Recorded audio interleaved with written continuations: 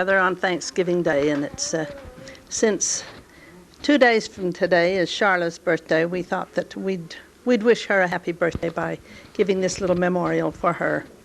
We miss her very much today and feel her presence here with us in the love that we have amongst us.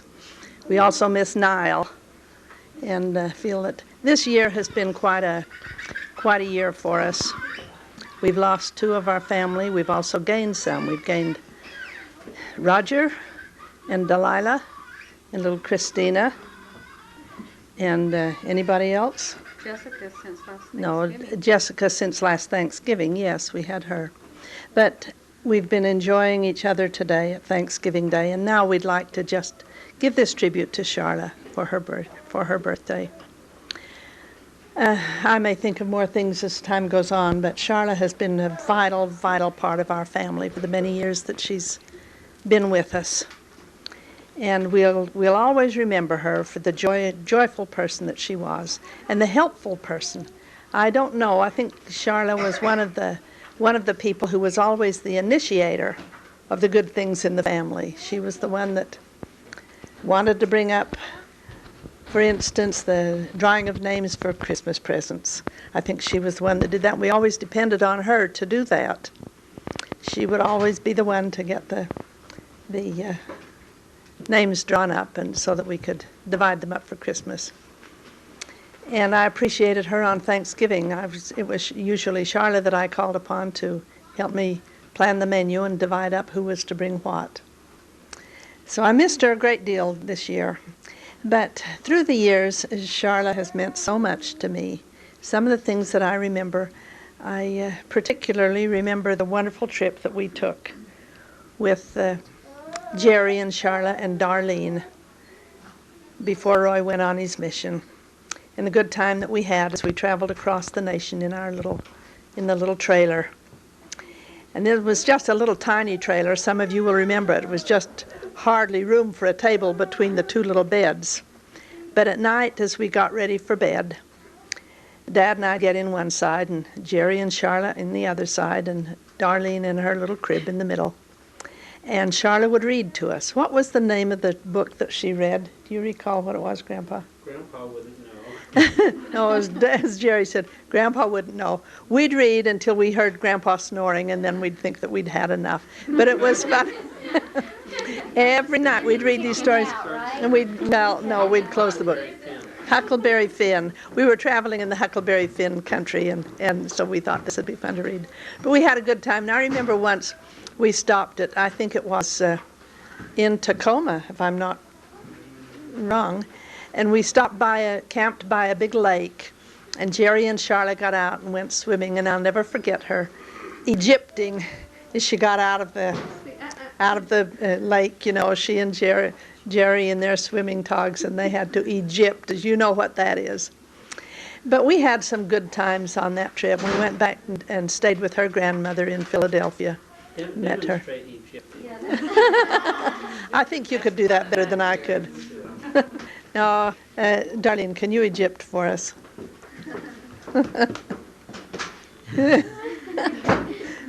She did a good imitation of her mom. But that was fun, and the little things that have come and gone. I remember the good times that we've had at Mount Pleasant and at other campsites. I remember when we went up to Colville. Several times Jerry and Sharla would come and get us and take us up to Colville just to have an evening meal with them up there, and the delightful times that we've had. And I'll be forever indebted to Sharla for the good books that she has given to me or entitled me to. Somebody else says she's going to say that, but she can say it too, because we want to all remember the things that we appreciated her for. But I did appreciate A Lantern in Her Hand. She was so excited about this book. She says, Mom, you just have to read it. And I've read it, and I don't know how many people I've given it to read because of Sharla's thoughtfulness and her knowing these good books and referring them to us. But I won't talk any longer now. If I think of something else later, I'll let you know and give it again. But we'll let go on to somebody else now. I guess I'll take my turn now before everybody else says the things that I remember. But Sharla has always been very special to me, and we've had a a fun relationship. Jerry and Sharla and Ellen and I used to do things together a lot. As our family has, as their family has grown and gone, and our family is growing, we perhaps didn't get out as much as we used to. We used to do things together quite often and have a lot of very fond memories. Grandma mentioned something about swimming in Tacoma that reminded me of one of our favorite memories of Sharla. And I won't go into all the details, but Jerry remembers, and Ellen remembers. But we were down at Corona Del Mar on a trip we were taking with them. And the water was great for body surfing, and Sharla didn't quite have the knack of body surfing. And so Jerry and I were out there trying to do our best to show her how to do it. And Jerry went over and had a little discussion with her about waterfowl. And the next thing you know, Sharla had that down just perfectly and was coming in. And ever since then, we just have to mention waterfowl. And Sharla would smile and giggle, and we'd remember that fun trip we had back to California when her children were very little and our children were not here yet. But we love Sharla. We have lots more memories that I'm sure will be brought up as we talk about her today. About straddling the rock coming down from skiing? Okay. I'll let someone can tell about straddling the rock in their new car. I remember just a little quiet kind of things that Sharla would do. I had my first real job. I was out selling check writing machines, and I went up to the Virgin Territory of Brigham City, and was, of course, no one had ever been there before selling business machines. But I went out that morning in Brigham City, and I sold somebody one of these check writing things. And that was my day, I made $75 or something. So I just said, hey, I know somebody up here in Brigham City. So I stopped. This was about 2 o'clock in the afternoon, I guess, and just stopped by the Luker home. And Jerry was at work, but Sharla was at home. And I just said, oh, I'm up here working, at least look like I'm working, selling some machines here. And she said, well, sit down. And she brought me in and sat me down. She had a nice big pot of soup that I guess she was making for their dinner that night. But she just whipped it out and got me a big bowl of soup and a big hunk of bread. And, I was kind of successful that day selling machines, but the most successful thing, I think, was just being in Sharla's home, having a nice warm bowl of soup and a nice warm atmosphere that was always around Sharla. But she's always been kind of, that quiet person that's just been always there and we could rely on, and a very loving person. And that has stuck in my mind for a long time, and not a real big flashy thing, but a real good memory of how I remember her friendliness and willingness to take anybody in at any time. I'll go next. Gord and I were very grateful for Sharla coming along into Jerry's life, because then Jerry didn't come up our apartment all times of the day and night and bother us. No, we love you, Jerry. No, we don't. Come on. But the one thing I remember, and I have to say it with Jerry and Sharla together, they're synonymous, I guess, but to take in our wonderful little child, David, and to tend him while we worked. Gord worked at night, I worked at night, and Jerry and Sharla, newly wed, living in a little apartment up by the University of Utah, took in David. And till about 1 o'clock in the morning, something like that. It was. Well, he remembers real every minute. But that to me was real good. The unselfishness, and that was the way Jerry and Sharla have been all their life. It wasn't a pull-down bed in that apartment, Jerry. Out of the wall. Not very often. But anyway, that's what I remember about Sharla, is her willingness to take in our son, and they didn't charge, and they fed David his first ice cream, his first chocolate, his first pizza, his first onion, his first everything. Jalapeno, you didn't. Jalapeno, yeah. Found out about that later. And I guess Gord didn't mention anything about the choir, but they were in, Gord was in choir with them, and that was neat to see Char get together with Jerry all those years ago. But it was nice to finally get Gord's big brother married off. important member of our family, very special to us. Ever since we met her, we lived in Philadelphia the year that Ken was going to school there, Mara was born, and we met Sharla when Jerry came back to Philadelphia, where Sharla had been staying with Grandma Erdman. That was before they were married, and it was just a fun and exciting relationship that we watched develop. And Sharla and Jerry were very good and delightful. Uncle and Aunt took our little Catherine to the Philadelphia Zoo. And we have some pictures of Catherine chasing after the pigeons to give them peanuts. And of course, if you have peanuts, you have to eat a few peanuts. And the next day when Catherine was all mottled and red and not feeling very well, then we told Jerry and Sharla, oh, she must have had some peanuts. But Sharla and Jerry were just a very important part of our family all those years. I remember one time when Catherine was about 12, she got the flu. And within a few days, all the rest of us in the family except Ken got the flu. And all of us stayed in bed being sick all at the same time. And it was kind of miserable, but now we remember when we all had the flu together. And one day, Sharla brought us some dinner. It was so greatly appreciated because I was too sick to get up and cook. It was chicken. Mara even remembers. Sharla's vitality, her vivaciousness, her sparkly smile, her bright eyes are always a big memory for me, and I love her very much, and I'm glad she's my sister. I remember Sharla, first of all, as being a very young girl. I thought she was too young for my brother. I don't know how old they were when they got married. I think she was probably around 19 years old. But 11, he says. But we got to know Sharla early on and loved her. I was able to use the Sharla connection a couple of times, going back to Philadelphia on business trips to stay with Grandma Erdman in her little row house over in the northeast section of Philadelphia, and to get to know Sharla's family from a point of view that maybe some of the others in the family didn't get a chance to do.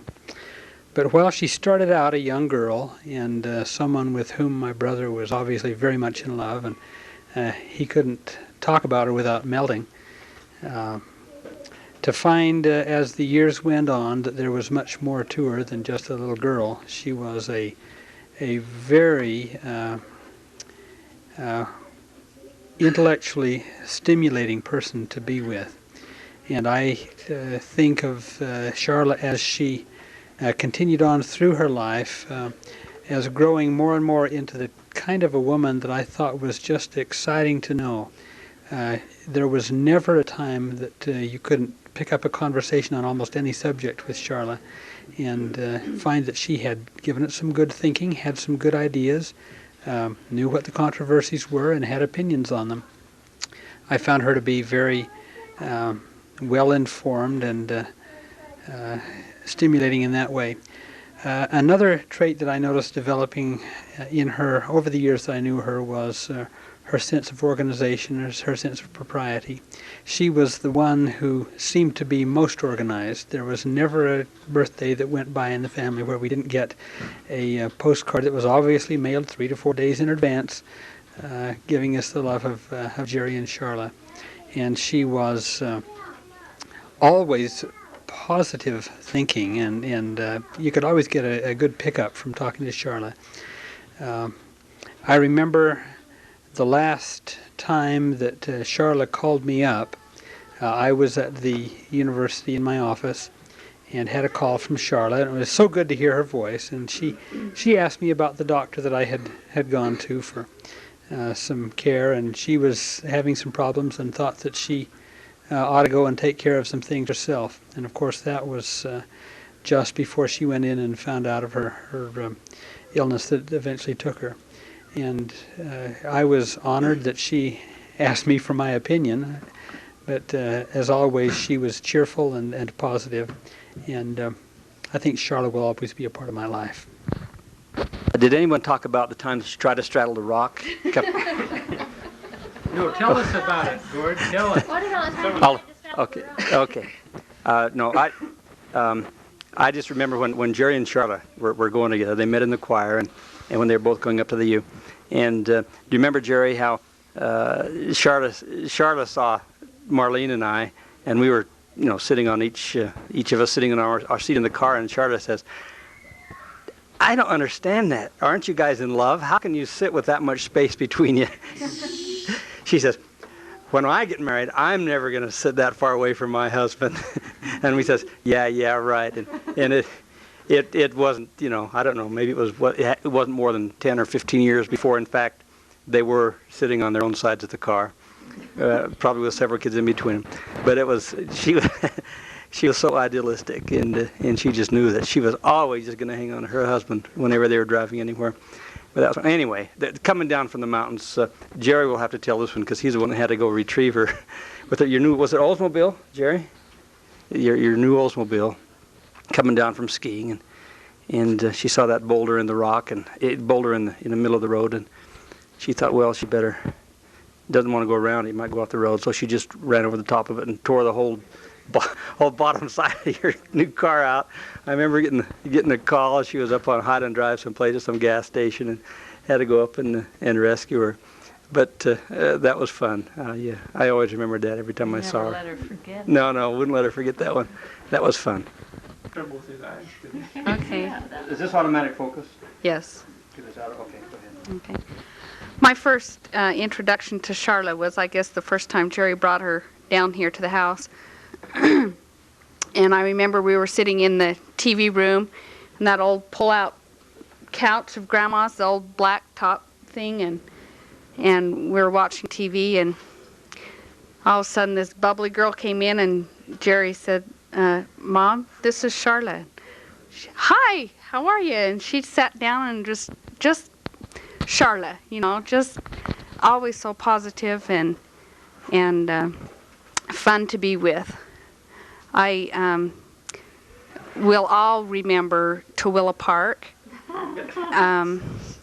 and going up to Brigham City, up to their farm, and how she was always excited to see us, and the good homemade bread that she made, and what a wonderful homemaker she was. I was always impressed with how she had her little lists of what she was going to do on Monday and what had to be done on Tuesday, and just how organized she was in the things that she did. I guess my fondest memory or influence that Sharla had in my life was one Thanksgiving Day when we were sitting in the other room, and she started telling me about her near-death experience that she had and the influence that it had on her life. And from then on, as she would read a book that would be on this subject or something to do with eternity and the hereafter, she'd always share it with me, and those books have helped me so much in my life. They've been an influence almost as much as the scriptures have in my life in teaching me the things that are important. And she always lived the way that she said, the things that are most important are people's relationships. And what you think in your mind, even though you don't say something, it's what you think and how you act.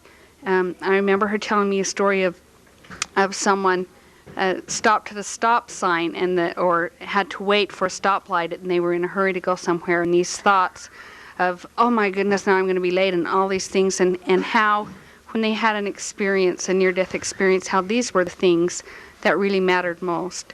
And so Sharla has really influenced my life more than a lot of people have, by her willingness to share and her enthusiasm about life and about reading and about just the things that are most important in life, and I'll always love her.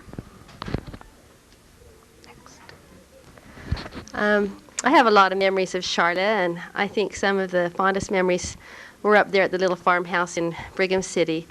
I was going to school up at Utah State in Logan, and that was kind of a stop-off on the way home and going back to school. And she was so hospitable to us whenever we stopped to get a refreshment of some kind or just to say hi. She'd always have us come in and visit for a little while, and just was such a sweet little homemaker and always made us feel welcome there. If I had to sum up how I feel about Sharla in just one experience, I think that would be the, not one experience, but one thing that I think represents Sharla, I think would be the 13th article of faith. If there is anything virtuous, lovely, or of good report or praiseworthy, we seek after these things. Sharla was always seeking after these types of things in her life. And whenever she found them, she didn't keep them to herself, but she shared them with all the rest of us. Anything that she thought was important or that could make a difference in our lives, she was willing to share with us. I remember she introduced me and my family to the bright music, Janine Brady's music, and what a difference that's made in our life with the beautiful things that she has prepared for the young children and the teenagers and through the music. And Sharla introduced this to us. And the books, she was always willing to share the great stories that she'd read, and always had a story that she knew exactly, the book that you were looking for if you happened to mention something that you needed. And so I think that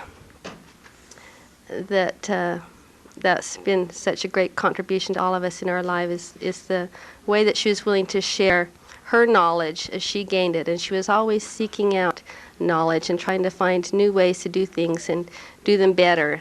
And I remember going to listen to her do her organization speech, and how that helped me try and get a little bit more organization in my own life. And it's something I'm still struggling to do, but a lot of the ideas that she had are things that I'm trying to incorporate in my life. And the values that she said in her life have been values that have helped me keep focused on the things that are important in life. Tell about that time at the sisters' party at Ramon's house, and she read us that story about the violin or the vocal audition. Do you remember that? No, I'll let you tell that one, Donnie. As Donnie mentioned, she introduced us to the out-of-body experience books. And I think this was something that fascinated Sharla even before she had her own experiences, something that she just was really intrigued by. And it was really interesting that she would have an experience of this kind herself. And I think also with her paving the way for all of us to actually go into that realm now and be there, I think is a real comfort for all of us to know that, Sharla can do that, and I'm sure that she's happy and she's accepted it as part of her progression, and that she's making big steps in her progression on the other side, and we just can't understand and contemplate all that she's going through right now, but I'm sure that she's happy and that she's still involved in great works over there and preparing the way for all of us. The thing that I remember most about Sharla is she used to call up Dave all the time and ask him to come do taste tests and stuff like that. And I was always too young to do it, and I was waiting for the day I could be old enough to go and do it, and finally when I was, she wasn't doing it anymore. But other than that, I really appreciated her every time I saw her here at the family gatherings and stuff. We used to go by their house all the time and go there, and I remember always after Christmas we'd go around to everybody's house and show what we got, and she was always there and saying how great this stuff was and just as excited as we are and stuff like that. And I've missed her since she's been gone. But I always think about her. Sharla sending in for magazines and things and want to know what was the most she got. I don't know what the most she won for sending recipes and things in, but I do know that one Christmas she had saved the money that she received from coupons she sent back, where you get money refund. She saved it, and she told me before Christmas, she says, I have a $100 bill to give to Jerry for Christmas. And she was so excited because this was strictly from the money that she had received from refunds. Things I remember about Sharla was, I know several times she called me and asked me to do a lot of surveys for her, and would ask a lot of questions. I received a lot of questions from her over the years too about medications and drugs. She always would call me up as her pharmacist. But I guess the thing that impressed me most about Sharla is we really kind of considered her our DI truck driver. She would always come by our house about once every other month with some clothes from her family, clothes from her children that they were ready to discard, and would bring them over, and they were very good clothes, hardly worn at all, and it was a big help to my family as starting out, that we could have these extra clothes to help our children, things for them to wear. And I just was very much impressed with that it just wasn't once or twice, but it was consistently. She would be thinking about us and would bring these clothes over. I love Sharla very much, and we'll miss her along with all the rest of our family. Oh, it's on. I guess Aaron and Lauren and I can always associate our memories of Sharla with the Janine Brady tapes that she used to give to us, and the ones about I'm a Mormon and paying tithing and going to church.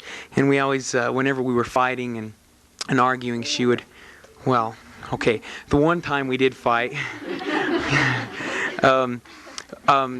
Mom would always say, well, you know, Sharla brought over these Janine Brady tapes, and she'd put them on, and we learned a lot about how to get along with each other and good values of growing up and being an LDS member through these tapes that Sharla gave to us. And so I guess she's influenced all of us, and that's how I remember she influencing us in our lives as well.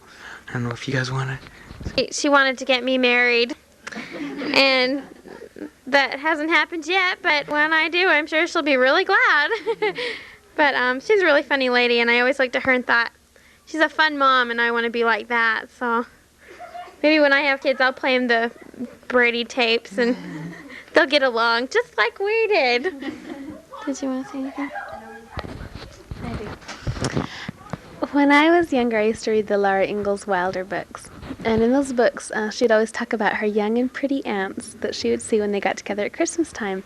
And I'd always picture Sharla, because to me, Sharla has always been so vibrant and fun and young. And we used to always swap cousins. We'd have cousins swapping. Marilyn would come over to my house, and Mara would go over there, or else vice versa. And I really got to know Sharla this way. I got to know what a loving, tender mom she is. I hardly ever remember her being cross at all. In fact, this is kind of embarrassing, but when we were up in Brigham City once, I was very young, okay? I wet the bed. And I just remember I was scared, but she was just the sweetest, kindest, really gentlest person. And she's inspired me to be a good mom. She's just so gentle with her kids. Also, I guess it was the summer of '90 when we went down to Nevada for the family reunion. I was talking to her, and I'd been dating a guy for a year who was about 6 years older. And so I was talking to her, and she just got so excited telling me about what it was like when she was first dating Jerry. And I could just see so much love and excitement there. I could tell she was just still madly in love, and she was really excited for me and excited to see me having good experiences too. So to me, she's very, very loving, tender, unselfish, and I love her a lot and miss her. I remember the first time I ever saw Sharla. Oh, I'm rocking a baby here. The first time I ever saw Sharla, Drake and I had been down to the Utah Woolen Mill I used to be on Richard Street, and we were doing some shopping, I think, for LaDon's birthday. And as we were heading back to our car, we looked across that little street, and there was Jerry across the street, and he had Sharla with him. And we'd heard a lot about Sharla, but none of us had met her before, and so this is when I had my introduction to her. And I have to say she made a really lasting and strong impression on me at that moment, and that impression has been with me for the rest of my life. Sharla's been a real big influence and a big example in my life, and she's truly has been one of my idols. I remember before Sharla got married, she had a shower, and this is when she was living with Grandma Reed up in the little house that we eventually moved into. But she was showing Grandma Reed all of the beautiful things that she got for her wedding shower, and she pulled out this one beautiful peignoir set. It was a beautiful white nightgown, and then it had a really pretty, just totally sheer negligee that fit over the top of it. And Grandma says, well, go put it on. Let me see, how you look in it. And so she put it on and came out, and Grandma says, oh, that is so pretty. But she says, well, why don't you just wear that? She'll shock the poor boy. She says, Sharla, if I were you, I would just wear that top thing without anything underneath it.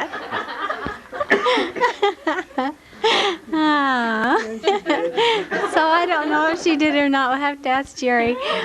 But I do remember right after they got married and they had moved up to Brigham City, going up to that little house. And it was right after Drake and I had been married. And I remember having a pajama party up there at their house. We'd gone up there for Labor Day or something. All the family did, and we had a family slumber party, at least all of the adults. We had a pajama parade and a pajama party. On that one she did. She had both parts on. So that's a fun remember that I have of Sharla. Another thing about Sharla, and this really taught me a big lesson, and I guess Sharla kind of learned a lesson at the same time, and I had always stood in awe of Sharla, and because she was always so loving and so giving, and if anyone was in trouble, she was the first one that was there, and many of us have been the recipients of her fresh homemade bread, or a bowl of soup, or a casserole that she's brought down, just because. And I remember going through some struggles, and one night kind of feeling sorry for myself, and I'd look at Sharla, and I'd kind of get this inferiority complex because she was so loving and so giving, and she just really exemplified what I thought as charity of the pure love of Christ, and being so willing to give of herself so freely.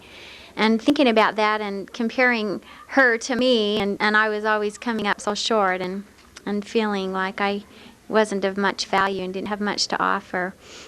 And Sharla one day showed up on my doorstep during one of these pity parties that I was having with this beautiful loaf of freshly homemade bread.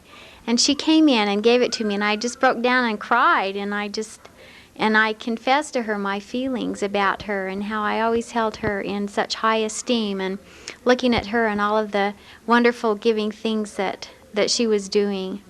And I always came up falling way, way short of that. And she kind of took me in her arms and said, well, Ramona, I feel the very same way about you. And she started explaining to me her awe that she felt of me and my ability to sew, and some of the things that I had made for her and other members of the family and friends, and some of the sewing that I had done. And it had never occurred to me that anybody would have ever found that as being anything valuable. But she helped me to put it in perspective, and she taught me a really good lesson about how important it is for us to not look at other people and not compare ourselves with other people, because what we're doing is comparing the worst part of us with the best part of others, and we're always going to come up short. And the Heavenly Father doesn't like us to do those kinds of comparisons, and that we're all valuable to Him, and that we all have a contribution to make, and that sometimes we can make a bigger contribution than at other times, but when the time is right, that's when we're supposed to do it. And when it isn't, then we're supposed to allow blessings to come to other people by allowing others to serve us. And that was a lesson that Sharla helped me to gain a really good perspective on.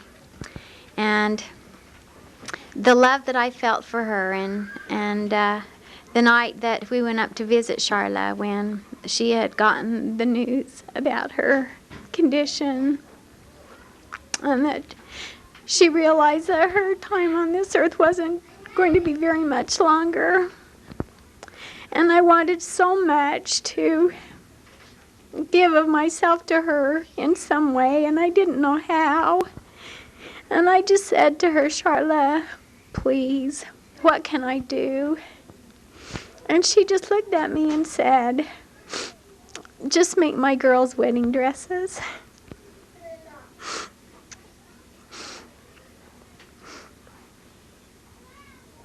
And I was so thankful. So so grateful for her to allow me to serve her in that way and to be able to give from my heart part of the love and the joy that I felt that she had brought to my life, and being able to give that gift to her girls and especially to Sharla. I love her, and I have felt and will and always will feel her presence and the gift of love that she has brought into my life. Sharla, I'm going to address this tribute directly to you on this Thanksgiving afternoon where we have all gathered and have spent a very sacred hour in our memories of you. You can see, Sharla, how important you have been to us. Your life has been very meaningful. If it had only touched our family, it would have been worthwhile. But we know you have touched many, many lives, and we thank you, Sharla. Now, Sharla, we'll never, I guess in all futurity, ever think of Jerry without thinking of Sharla. Jerry and Sharla, inseparably connected in our memories and in our feelings of affection. And so, Sharla, wherever you are, we want you to know that we miss you. We miss you very much. And we're looking forward to the time when we might see you again.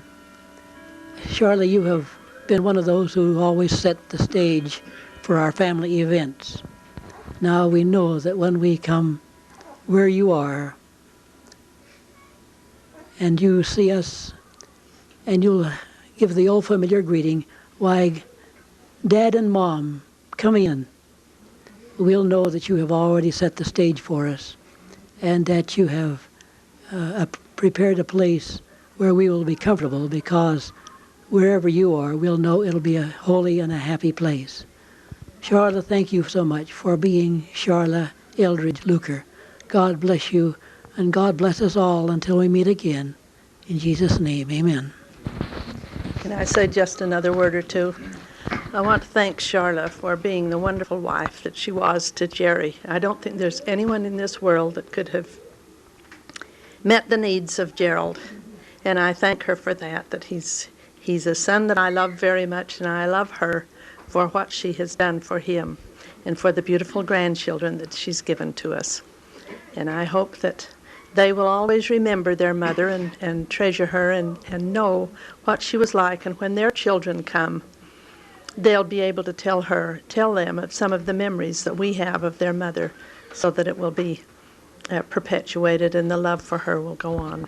We love her very much, and she will always be a vital part of our family. We should have done this first.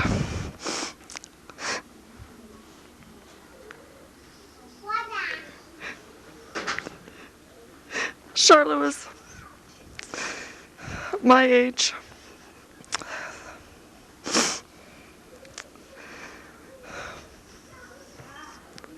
And was as near to me as my own sister.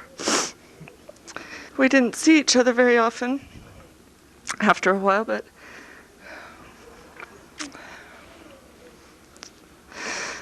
we always enjoyed being together so much.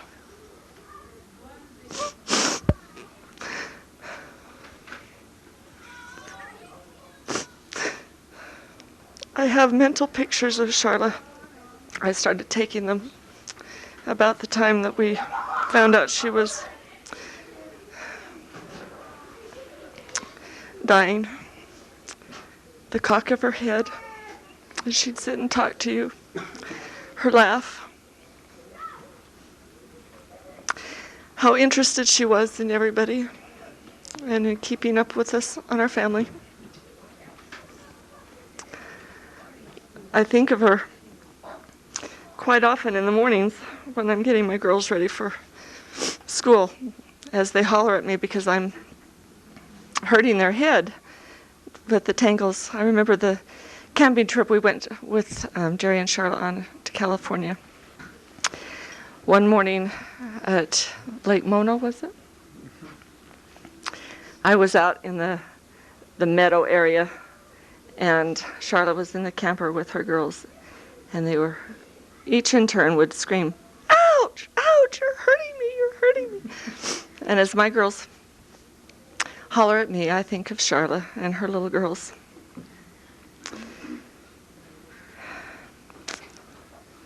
Mount Pleasant isn't the same without her. We used to love to just sit in the campers and visit with each other. Go down to the little store and buy ice cream. And Sharla was always interested in ice cream. She saved us from trying bandbox. She would tell us which were the best kinds of ice cream and which were the worst, and never ever buy bandbox. Sitting on the swing and watching the sunsets were a favorite time with her, and we will miss her at those times.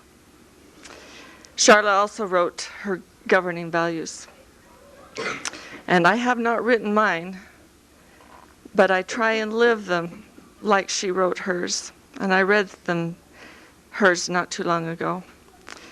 How she wrote that she was a good wife and a good mother, and what she was doing to try and be those. And it made me want to at least live like I had set my governing values.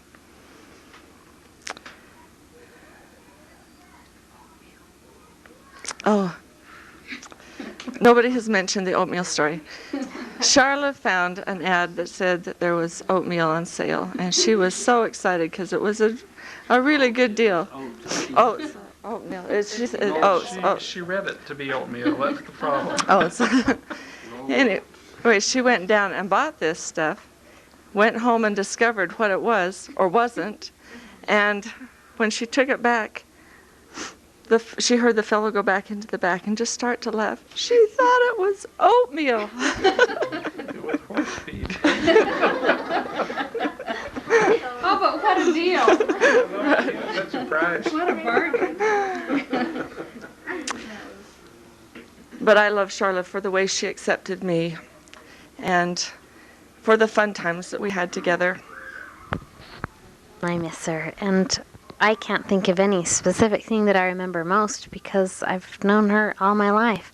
I just remember all the homes that they lived in when I would go and sleep over with Darlene, and like the little house on Maple Drive or whatever that was, and the purple carpet, I think. I may be remembering wrong, but all the sleepovers that we had at her house were so nice because she set the tone of their home nicely. Well, the whole family did, I'm sure, but she was the main influence of that because she was the mother.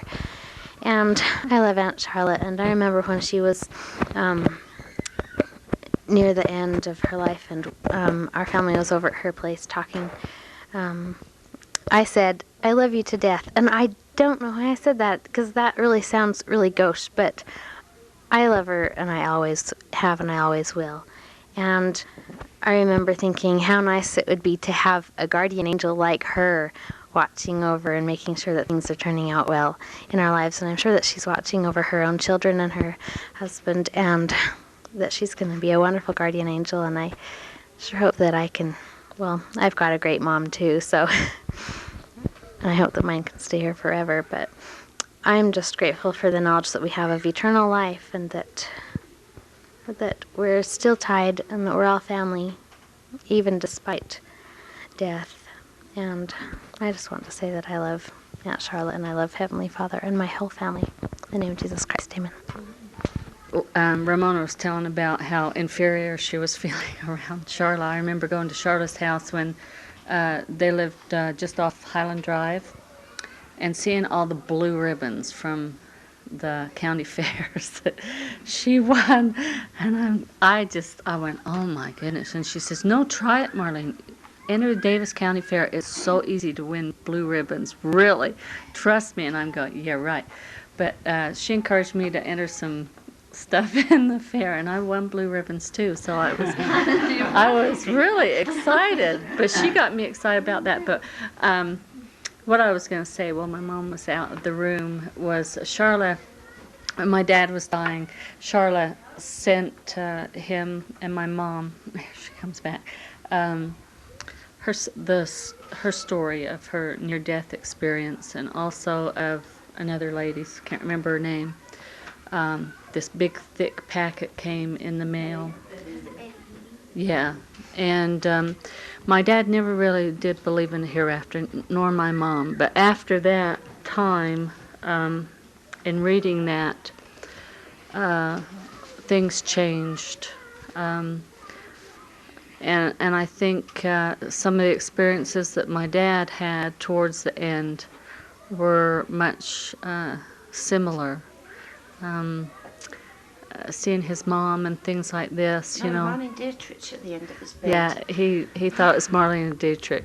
His mom looked like her, you know, high cheekbones and the hair. But I thought, yeah. But you know, I'd be grateful. I'm so grateful for Sharla for taking the time to do that. And my dad was very, very deeply upset to hear about Sharla's cancer too. And you know, he says, "Well, I'm 70 years old, but Sharla's early 40s, and you know, it's not right." But I think her testimony about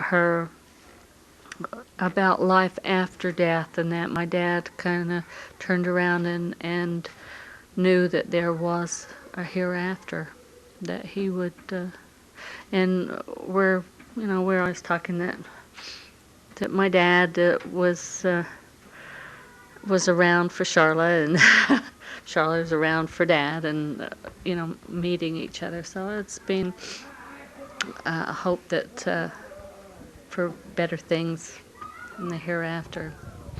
I lived up there by the cemetery up in that posh neighborhood.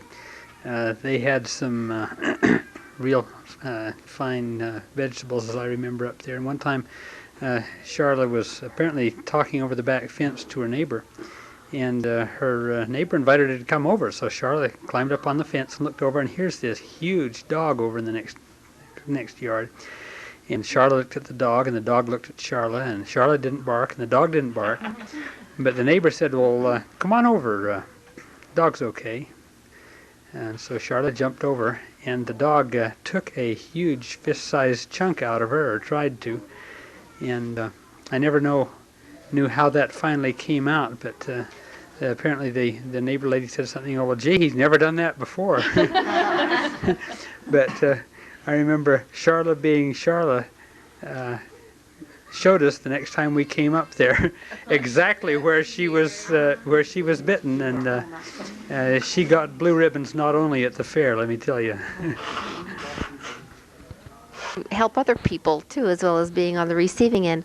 Well, Sharla, with her love of bargain hunting, one day, one wintry, snowy, blustery day, Sharla called me from over in Sugar House. She said that she and the girls had been shopping over at Keith O'Brien, and she locked her keys in the car.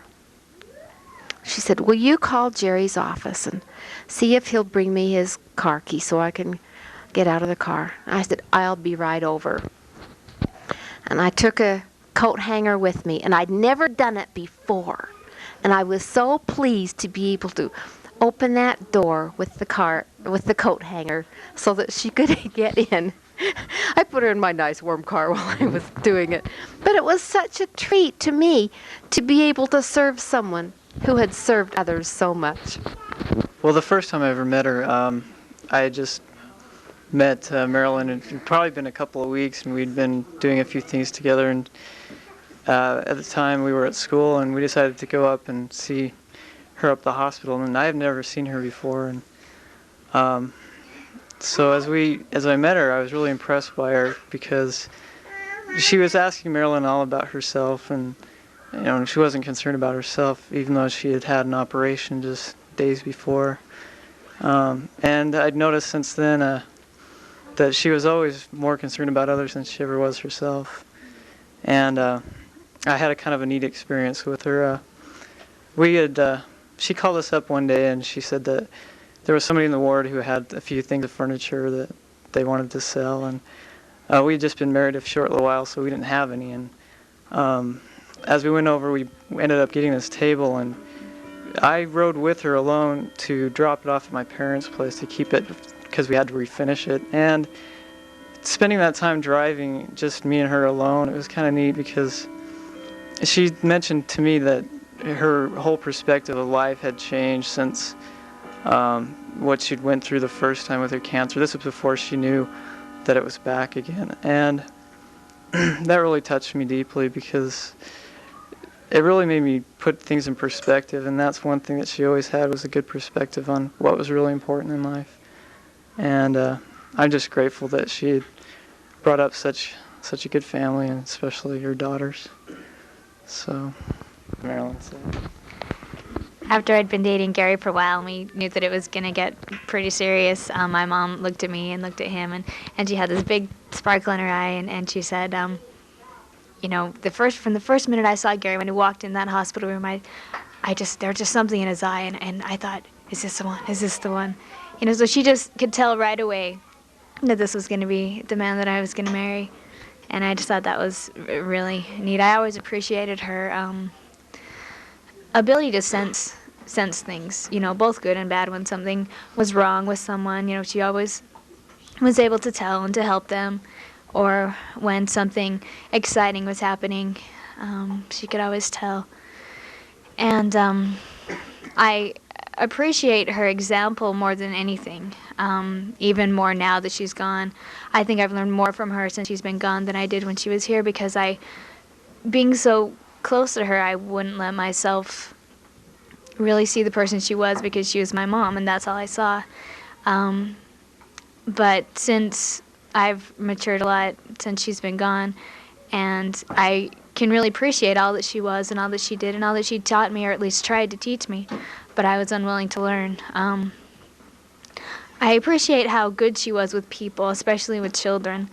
And I know that when I have my own children that I'll miss her very much. I remember many family gatherings where she'd always be the first to go and get the baby and hold the baby and love the baby, and I really loved her tenderness.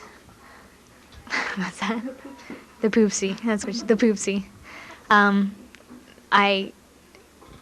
She was such a good homemaker, and I remember countless times, especially around Christmas, going around to the neighbors, and I would be her little runner and run the French bread to the door, you know, hot loaf of bread, and have just the looks of gratitude, and, oh, I love this, it'll be gone in 2 seconds, and that was always fun, to see her willingness to give and share her talents. And more than anything, I love her, just her charity and her love of life, and I miss her. I love you, Mom.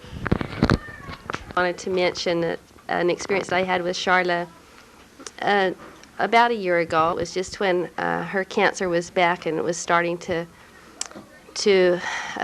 grow fast and cause the problems that it did there at the end. And I had been into the doctor myself for my very first mammogram, and I'd had something show up and I had to go back and have another one. And I don't know how she found out about it, but she did, and she called me and was all worried and concerned, and just really was expressing her concern for me and my family, and that everything was all right.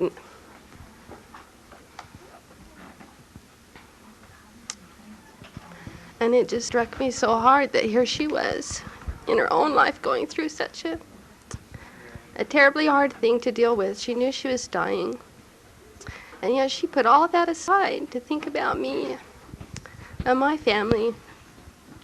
And I didn't ever express to her how much I appreciated that and how unselfish a gesture that was of her, that I loved her so much for that.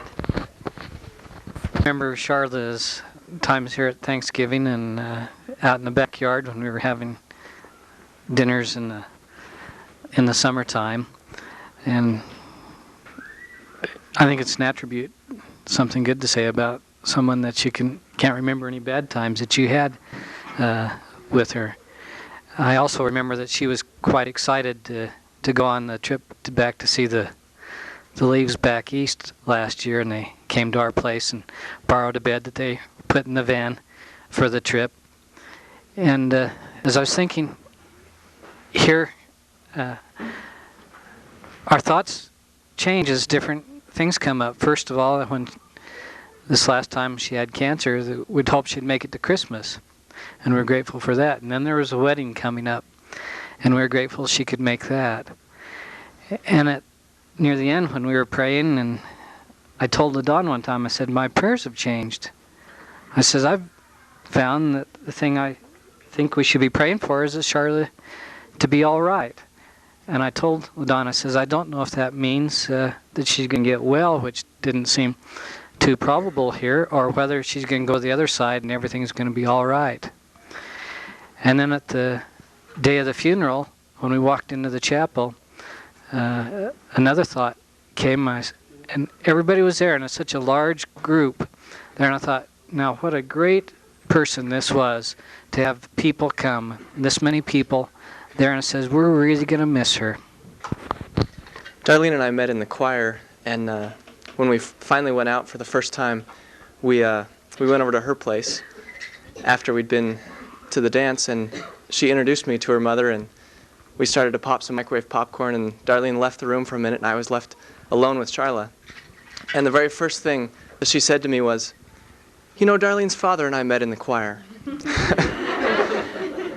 And I've just always been grateful to know that that she liked me, and that she was interested in me, and that she appreciated me. But I just wanted to say, I spoke about the trip that we took with Sharla and Jerry and Darlene, and I'll never forget the look on Sharla's face when Darlene started to walk in the mansion house at the Stone Mountain. And the look on her face, she says, she's walking. And the little southern girl that was there taking part said, is that her first steps? And Sharla said, yes, it's her first steps. And the little lady says, you've made my day. But Sharla was so excited about that. And you know, I'm reminded too that I'm so thankful to our Heavenly Father for Sharla, for what she's meant to the family, and for the gift that He has given every one of us in building in us a memory, because as long as we have memories, Sharla will be with us forever. I just asked Debbie how old she is. She's 12. When Sharla was just 12 years old, her mother died, and she was left to be the mother of the family. Her father was working, and that's back in the days before they had permanent press. Sharla learned how to iron the shirts for her dad. She learned how to cook some simple meals and do the washing and take care of her little sister. And so Sharla matured, grew up very quick, a lot quicker than most of us do. So I often told her that, and she was also a year ahead of most of her age in school. So she graduated from high school when a full year before most people. And as I said, we met in the choir, and it's a good thing that I didn't really know at that time how young she was, because you know, with 6 years difference at that age, I was 24 and she was 18. And that's quite a bit difference, and sometimes, you know, we tend not to go out and date people that are with that big of an age group. I often thought that if I had taken her to my senior prom in high school, she'd have been in the 6th grade. So, but when I met her, you know, age never made any difference, because she was mature and she'd been on her own. You've talked about winning the blue ribbons at the fair, and maybe I've told some of you the story of this before, but when Sharla, after Sharla and I were married, we moved to Brigham City. Here we were just almost newlyweds, living in a town where none of us had known anyone. We had no relatives there. It was a long way from home, and she was just expecting her first baby. And it got kind of lonely there, and I know she spent a lot of time very lonely as I'd be gone to work. But Sharla learned how to make friends. When friends didn't come around, she'd go to their house and knock on the door, and she'd introduce herself, and she'd become a friend.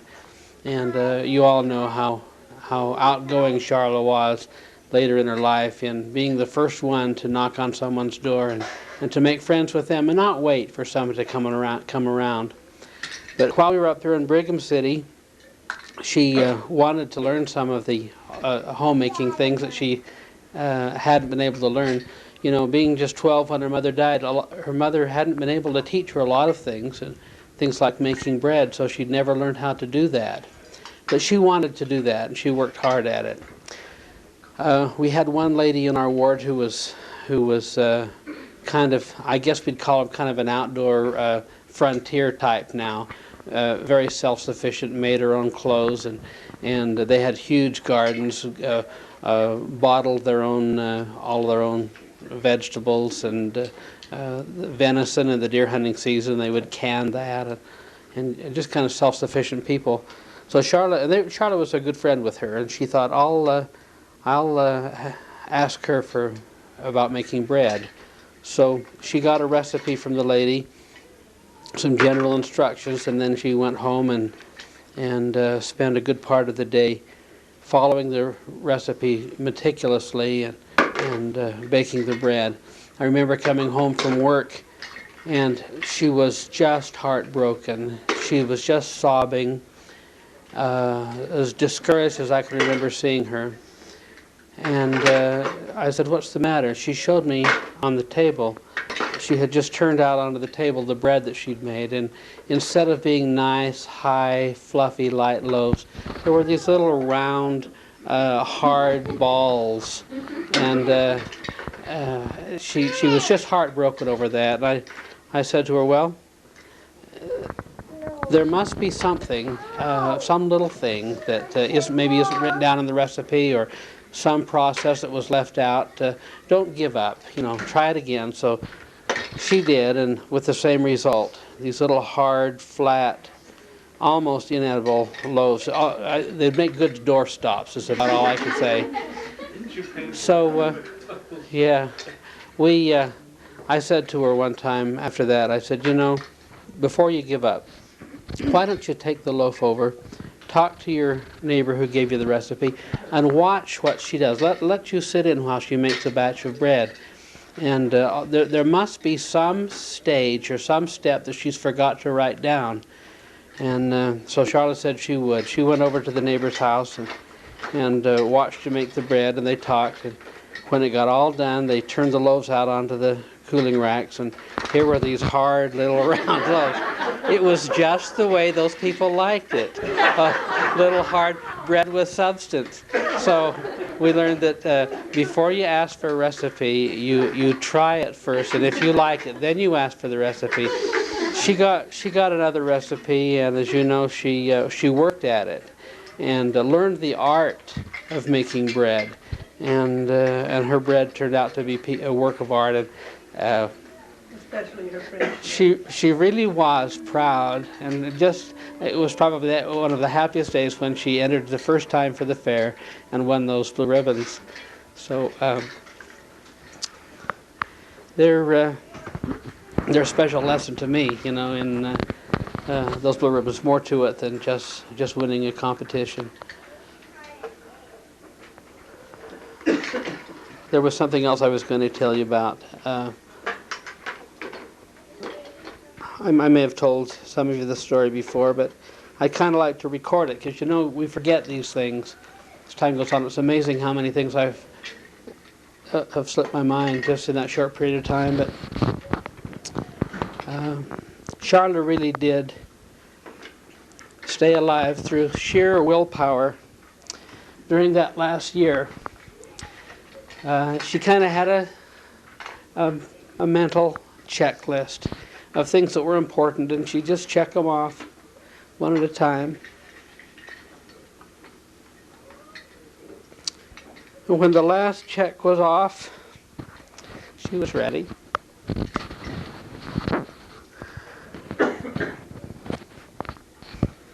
But you know, even though she was ready, and she knew she was ready, and the checklist was all gone, she was still reluctant to leave us.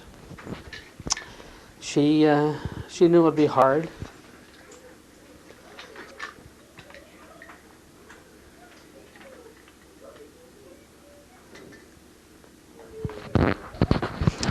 She'd been through the loneliness of the loss of her mother, and she knew what we were in store for, and she knew what the kids were in store for.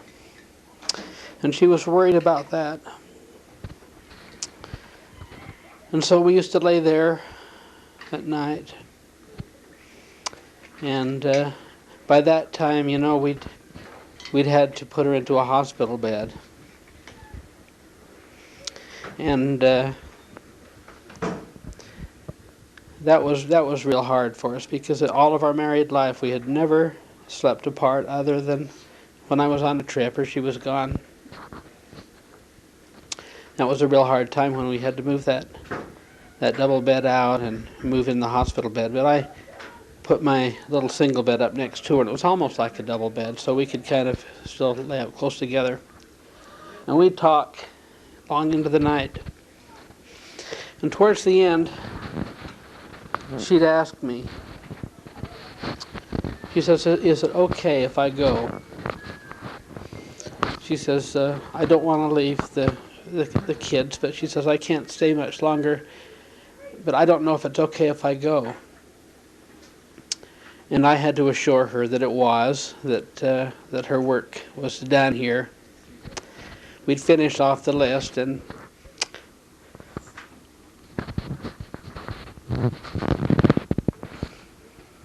her mom and her grandma were waiting for her. And so she'd ask me, "Is it okay?" And I'd say, "Yes, it's okay." And I'd tell her again. And she used to get these little lines in her forehead and between her eyes. They'd kind of bunch up, and to be concern and worry and be pain also. But then she'd relax a little bit, and then all of a sudden she'd get worried again, and she'd ask me again, "Is it okay? Can I go now?" She must have asked me 7 or 8 times. So finally the last time I talked a little longer with her. We just kind of checked off some of the things that we'd done in our life and all the important things that we'd done. And I said to her, "Now, you see, it's okay to go. When your mom comes, you can go with her." And she just leaned back and relaxed, and her face got just as peaceful as could be. And she kind of gave a little sigh, and she says, "Okay." A little smile came on her face, and she just lay there for a few minutes. Then all of a sudden, her little forehead started to crinkle up again. And I thought she was going to ask me the same question, "Can I go?" But she didn't. This time she looked.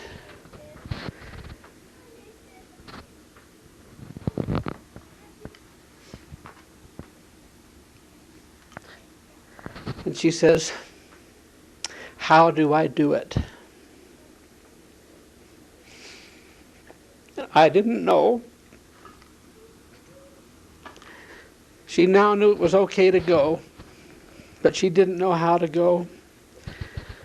And I had no answer for her. We just had to kind of wait for Heavenly Father to choose the right time. But it was only a day or two later, about 2 o'clock in the morning, when she learned the answer to her question.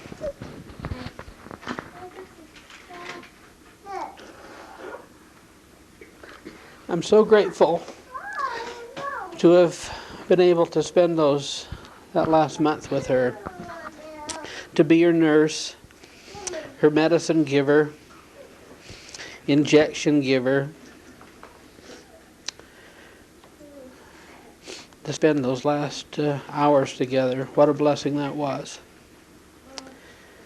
And it's lonely. There's no way you can know until you go through that. Isn't that right, Pat?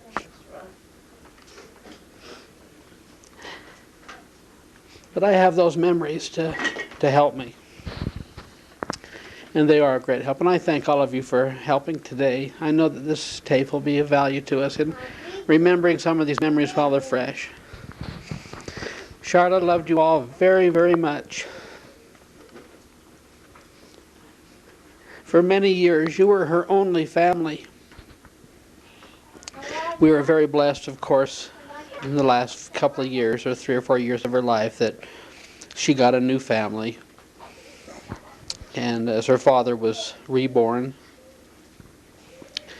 and found a loving stepmother.